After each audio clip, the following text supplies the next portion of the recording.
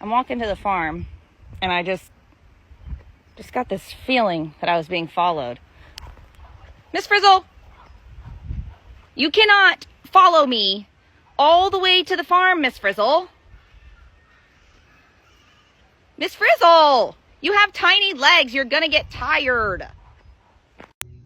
You know, I'm just kind of tired of, like, everybody staring at us as if we owe them something. You know what I mean? Like, can't two friends just, like, hang out, chill, and vibe without it being weird? And without, like, warranting all of these stares? You know? It's like, what's the big deal? I'm just hanging with my dude.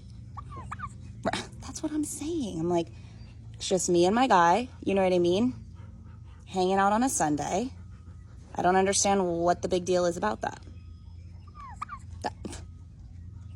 Yeah, that's literally what I said. Like, I said the same thing to him, but it's like, apparently we're a sight for sore eyes. You know what I mean? Like, yeah, do you want binoculars? Why don't you take a picture? It'll last a little longer. Right? That's what I'm saying. I know you did.